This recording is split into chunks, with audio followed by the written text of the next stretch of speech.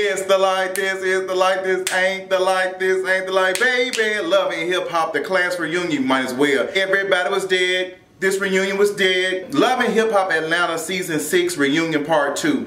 Just throw it in the trash. Boring, boring, boring, and more boring. Girl, y'all tried to give Joseline the final send-off like she was the final Aeon or something. From that moment, I said, girl, this reunion is not going to be the tea. Y'all tried to stretch it out, girl. Y'all had ran out of Kool-Aid. Y'all started using Splenda packets. Girl, y'all started using Splenda packets. Y'all started pouring water in the Kool-Aid packet to make it stretch, and she did not. The only thing that was stretched on this reunion was that outfit that lovely Mimi had on. So let's go and get into this review. As you know, Joseline says she is quitting the show. She is tired, honey. She wants her check. She already did a whole expose on Instagram Live or something. She said Mona, she needs her check. She done got into it with K Michelle. Well, Cray Michelle. She done got into it with Cray Michelle. She done got into it with Mona Scott. She done got into it with Shekinah. Girl, she is pissed off. Joseline said she has had enough. She wants her check. Joseline said, girl, it's gonna take God to come down here to get me together, okay, to calm me down. Joseline said she is the Puerto Rican princess, and then she is loving hip hop. Now, y'all know I dig in Joseline whenever I can. I might dig my hooves in her too. Joseline is loving hip hop Atlanta. Y'all might have gotten rid of her, did whatever. She might have quit. Y'all might say she ain't that girl, da da da. Y'all spent 5-6 minutes talking about her, and she ain't even on the show. Like y'all showing clips and stuff. That's how important Joseline is. Joseline is the reason why a lot of us go and watch Loving Hip Hop Atlanta. Like, we paid attention because of her. She is that girl. Now, VH1, Mona Scott, I love y'all to death, girl, and I'm still interested in doing some work with y'all. But y'all have kind of created this demon a little bit with Joseline and her attitude and something. So it's just like, it's all on y'all fault. It's all on you. It's all y'all fault. The reason why Joseline is acting this way. Now, I don't know if it's a ploy to get some more ratings or something. But girl, I'm going to have to do a video on this later on. I'm going to be talking about who needs to go, who needs to be hired. Y'all pay attention to that coming up. Also, prepare yourselves tomorrow for the Culture Podcast episode. I don't know. Get ready for 100. Y'all know every other Tuesday, me and Adrian drop up For the Culture Podcast live. Well, not live, but she is live in the color and she is lit. So get ready for it tomorrow. And you know where to check it out at fortheculturepodcast.com. Mimi said the reason why she is not feeling Joseline is because Joseline called, like, it got deeper than that. Mimi has said that Joseline has called Child Protective Services on her, and that, you know, folks that came to her door, knocking on her door, trying to find out what, you know, what's going on. So Mimi, from, you know, all the stuff that Joseline has done for making those allegations and stuff, like, it's a whole bunch of stuff. Like, she's just not checking for her. Like, and you know what, now that I think about it, I don't think Joseline called Protective Service. I think that, you know, with Joseline making these rumors and allegations and stuff, Child Protective Services said, girl, let's investigate, because they watching Love and Hip Hop too. The question is asked about Estelita. Like, you know, Stevie, what's going on with your relationship? It seems like that you like Puerto Rican girl, Latina girls, what's going on? Like, is Estelita is another Joseline? What are you trying to do? He said Estelita is talented. She's about to bring some music. She's about to change the game, everything. You know, I hope me and Joseline can work it out. You know, we can smash every once in a while, but she's kind of a little bit toxic. I'm like, okay. Estelita says she's just glad for this opportunity to be able to promote whatever she's promoting. Estelita, we haven't seen anything for you. Like, you've been introduced into us, and we don't know where your links in for your music. You're not on SoundCloud. You're not doing anything. And as I look over to my left, I see Scrappy over there laughing and stuff, and he giggling. And I had to zoom and do a freeze frame, because I'm like, Scrappy, what's going on? Scrappy got a whole tooth missing, okay? A whole tooth. Now, y'all know 50 Cent, you know, gave or paid for Scrappy to have his grill done, but it looks like 50 Cent might need to reinvest and reupholster Scrappy gums, because, girl, they is falling, okay? They falling.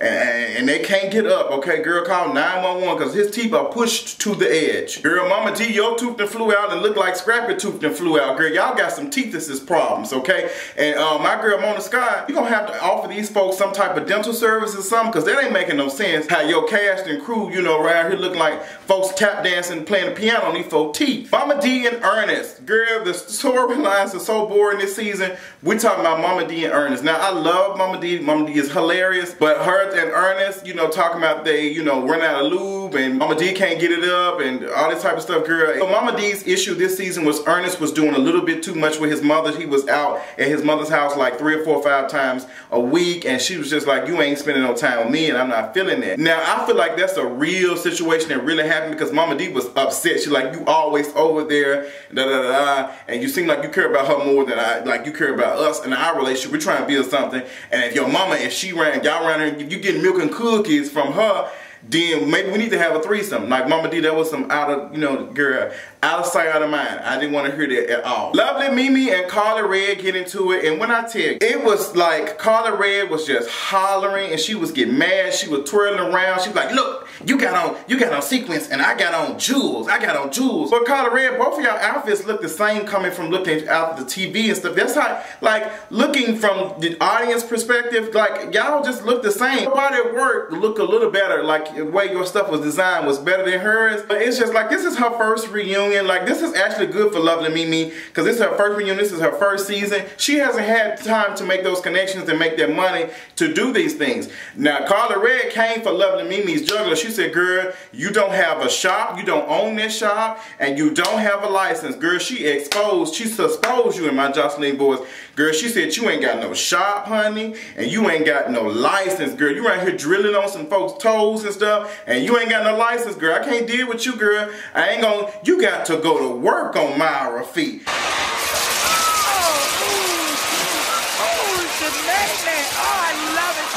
You ain't finna be around here putting no soap against my toes and have me with an infection, girl. Not the connection, girl. You ain't finna have Miss Frizzle riding the magic school bus down my toe and trying to see what's wrong with it for the next episode.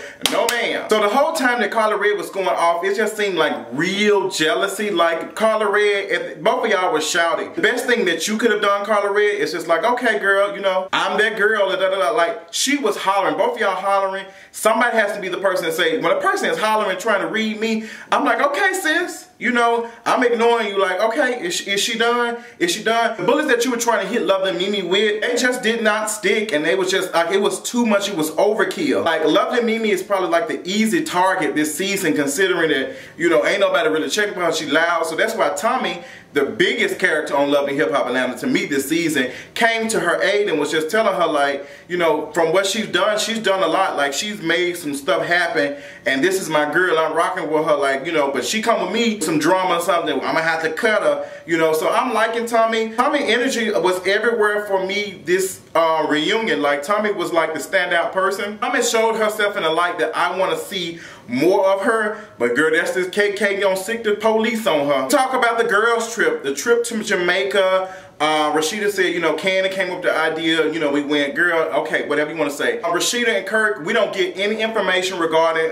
is Kirk the father of Logan or not. We don't know. I told y'all already, I knew that we were not going to get the details for that on Love and Hip Hop Reunion. I knew we were not going to get that. They're going to drag it to next season. And y'all gonna need something, Rasheeda and Kirk, because at this point, everybody is tired of you and Kirk's infidelity issues that continues to go on. Like, you're not with him, but you with him. Y'all everywhere together. Like, it just doesn't seem like it's legit.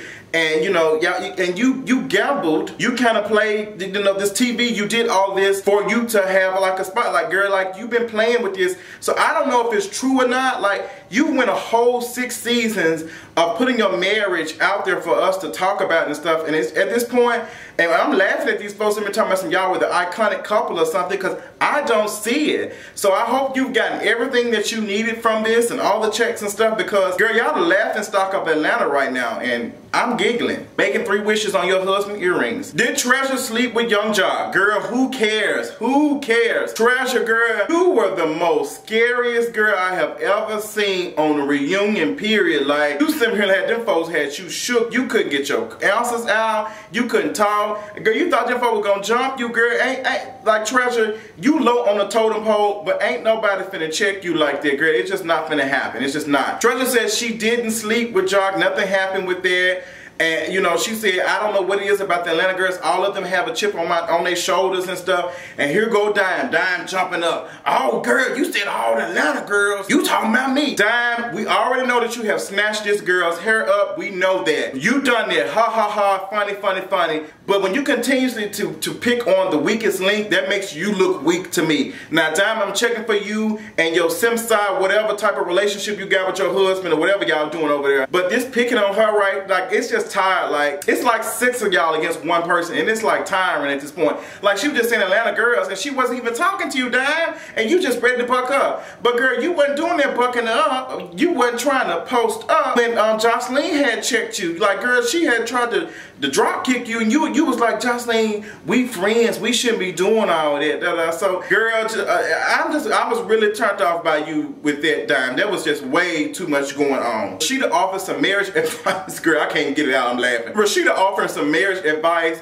to Dime. Girl, Dime, you should have took their relationship advice or marriage advice. You should have wrote on a piece of paper or some tissue and wiped your crack of your butt with, because girl, that's about as what it's worth, okay, coming from Rasheeda out her mouth. It's bull crap. So it deserves to be down the toilet. Rasheeda, you can't give nobody any advice on any type of relationship. No, nothing, girl. You can't even tell me how to give you start a business, okay? I ain't taking none. You can tell me how to chew bubble gum. That's about it, okay? And when to spit it out and what the flavor is, girl. That's about it. But offering marriage advice, girl, no ma'am, you the last person. Relationship of Tommie's mother comes up, and this is where stuff starts to get interesting. Nina Parker asks, Tommie about her relationship with her mother, what it is, and Tommie shares some, some valuable information. I felt like it was valuable. Tommie said, me and my mother were cool, we were getting cool. She taught me everything. She did scam and do this for me. She did teach me the ways, and I didn't have to say no cooch to get where I was at. I ain't do all that. But folks around here telling lies and stuff, and I felt like my mother,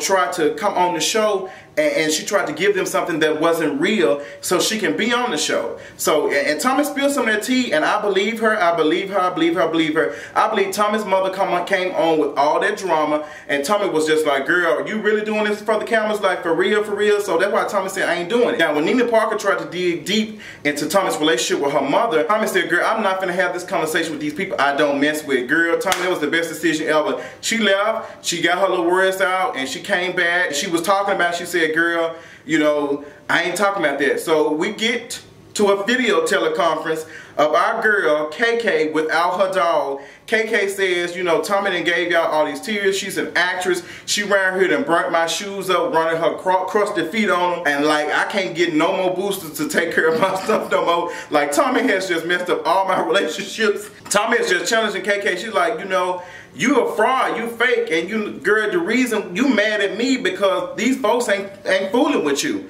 And I sort of believe KK is mad at Tommie for Tommie having the success on Love and Hip Hop, and KK has just been, kicked to the side. Like Tommie is just, she's going to take, if Joseline does not come back, Tommie will take Joseline's spot. I'm telling y'all that now, because every time, it seems like we're more into what Tommie got going on than anybody else, any other cast member. So KK was on there, she was going off, she was popping off and stuff, and she said, girl, I'm gonna take, you gonna go to jail if you don't apologize to me. Like, KK, that was like some real petty stuff. Like, you gonna send somebody to jail or snitch on somebody versus them like not talking to you, girl. That was like a real low blow. I expect way better from you, KK, but you know what, you about as low as a coffee table, because that's what you look like on the TV, girl, with them long ass. Tommie said she ain't doing nothing. She said, KK, your issue is with me, girl, so you need to find out what it is. Come on, Tommie. Come on, Tommie. Overall, this was one of the boringest, I don't know, tired Love and Hip Hop reunions. Y'all stretched it out, girl. I cannot stress that enough. Like, y'all really tried to make this something, and it was nothing. She was boring. Boring.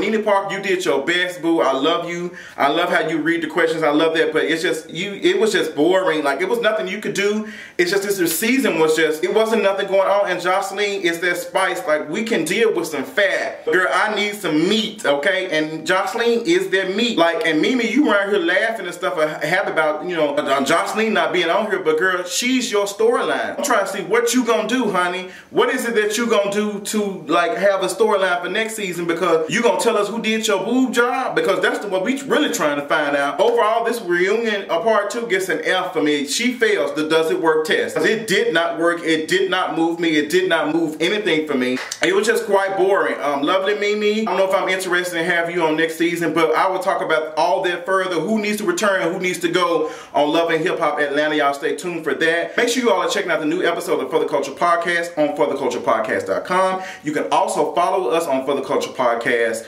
on Twitter, Instagram, all that type of stuff, and even our Facebook page. The links are below in the description box. I love y'all. Tell me what y'all thought about Joseline not returning, and also tell me what you think about Tommie possibly going to jail because Karen King ain't checking for her. I'll talk to y'all later on tonight. Bye.